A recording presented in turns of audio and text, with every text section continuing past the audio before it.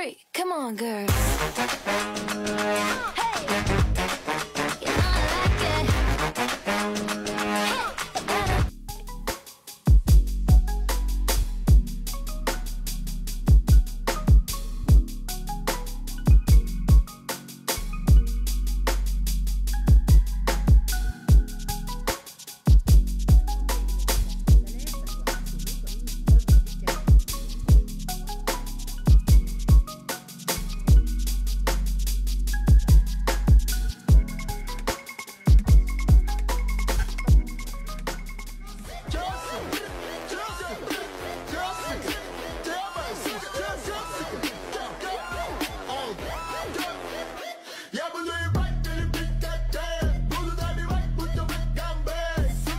D'abord, j'ai commencé là où je vivais, pour des gens qui venaient de perdre leur travail.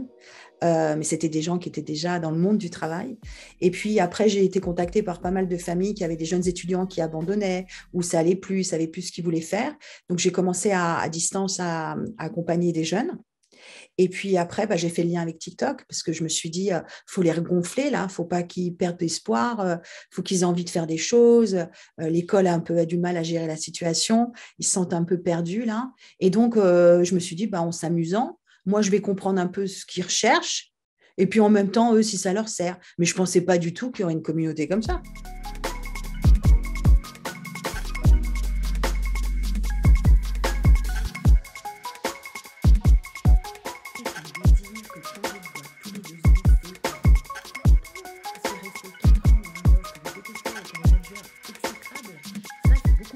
Attention, recevoir un non suite à un entretien, c'est pas du tout se faire friendzoner. Écoute, Marie-Lou, je vais te parler les unes dans les unes. En ce moment, c'est pas possible, je suis en couple. Et si demain je suis libre, ça sera autre chose. Alors on reste en contact. Alors on saisit la perche et on répond, on dit merci et surtout on marque encore des points avec un petit modèle. Inspiration rien que pour toi.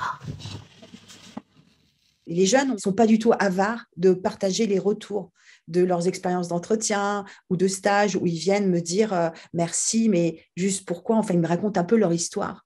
Et ça, j'avoue que c'est touchant, il y a une proximité avec TikTok. Quand relancer un recruteur après un entretien, si tu n'as pas de nouvelles, tu peux te permettre de relancer au bout de 7 jours. Mais attention, tu n'envoies pas ton mail de relance le vendredi soir parce que sinon, il va être en bas de la pile quand ils vont regarder leurs emails le lundi matin. Petit modèle d'email de relance.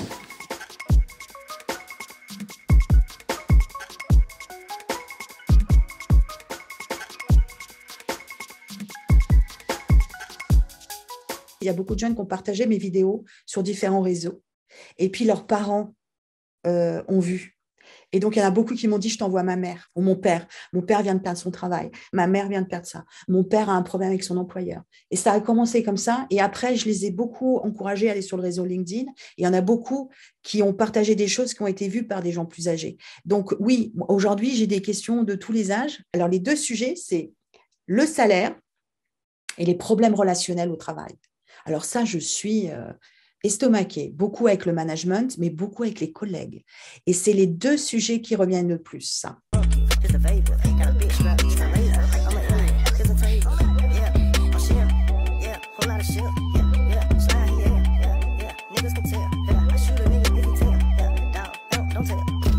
Quelle est la bonne durée pour rester dans une entreprise ?